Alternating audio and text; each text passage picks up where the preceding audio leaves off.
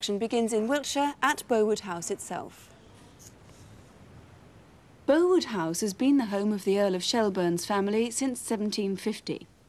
Now they open the house to visitors to keep the estate together.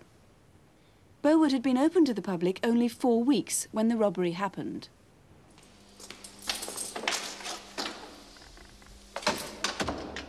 It's 6:15, closing time, and most visitors had gone for the day.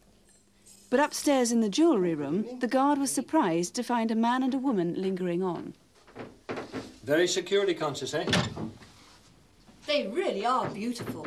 Are they real or paste? There's a description on the other side of the cabinet, sir. What would happen if someone was to steal them, eh? Come on, I think they want to close. Thank you. Good night. Night. Good night, madam. This is Long Ashton Golf Course, just outside Bristol. On the 20th of April, someone went into the club locker room to steal a set of car keys.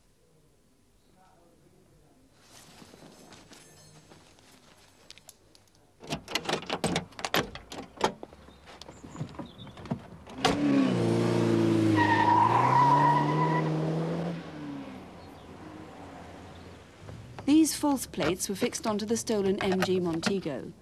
They'd been bought the same day from a shop 10 miles away in Avonmouth. On the A342, the main Chippenham to Devizes road, is one of the entrances to the Bowood estate. This gate is only unlocked when the rhododendron gardens are on show in May. Just 3 days before the robbery, the gardens were being prepared for the opening that weekend. This gardener remembers a blue Montego. Morning. Go on, sir. Is it open yet? Not till the weekend. Thank you. Hello. This was the gate the robbers were to use for their getaway. The Montego was seen again on the morning of the robbery, Friday the 29th of April. It was the bank holiday weekend. Just up the road from the rhododendron gardens is this lane. At 10:30 that morning, a farm worker noticed 2 men standing at the boot of a blue Montego. A red BMW was parked just in front of it. 15 minutes later, another witness saw the BMW there, but now it was on its own. A woman was waiting in it. At about the same time, the Montego was again on the Bowood estate. This farm worker saw it heading for Bowood House. Meanwhile, at the main entrance, a woman seemed to be signalling, perhaps to a taxi that was seen leaving at that time. Minutes later, she was with this man at the ticket office. 2 adult, please. 540, please. 540, please. Have you got any change? There's another 40p. That's right, I've got something. Thank you. The cashier remembers the woman kept her face turned away. Shortly after that, nearer the house, a steward saw them at a bench. Good morning. Morning. Isn't she feeling well? He noticed she behaved rather oddly. She's a bit faint. Okay. Thank you very much. They must have stopped only for a minute, as by 11:10 they were inside the house. Upstairs, the curator, Kate Fielden, was preparing for the day. I thought I'd probably have time to clean a showcase which was looking a bit dusty before the first visitors arrived. And I was suddenly aware of a couple.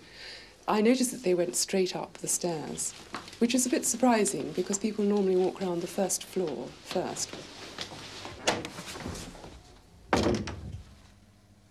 One floor up and behind the heavy door, the thieves were out of earshot.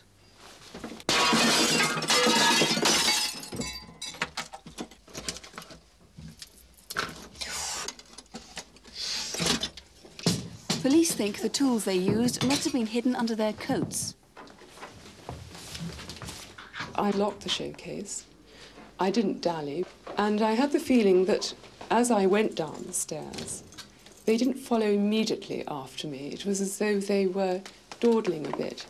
Perhaps they were trying to avoid me. That was a quick visit.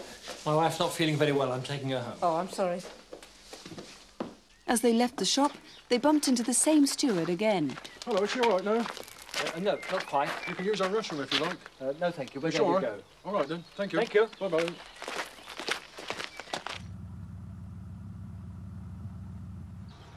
The Montego was seen flashing its lights, presumably a signal. And minutes later, the couple was seen leaving the grounds in it.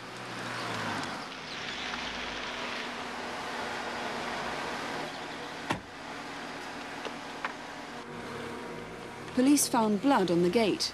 Perhaps she had cut her hand on the showcase.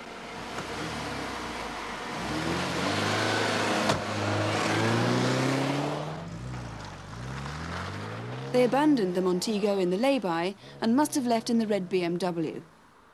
That was found a week later in this car park in Melksham, 8 miles away.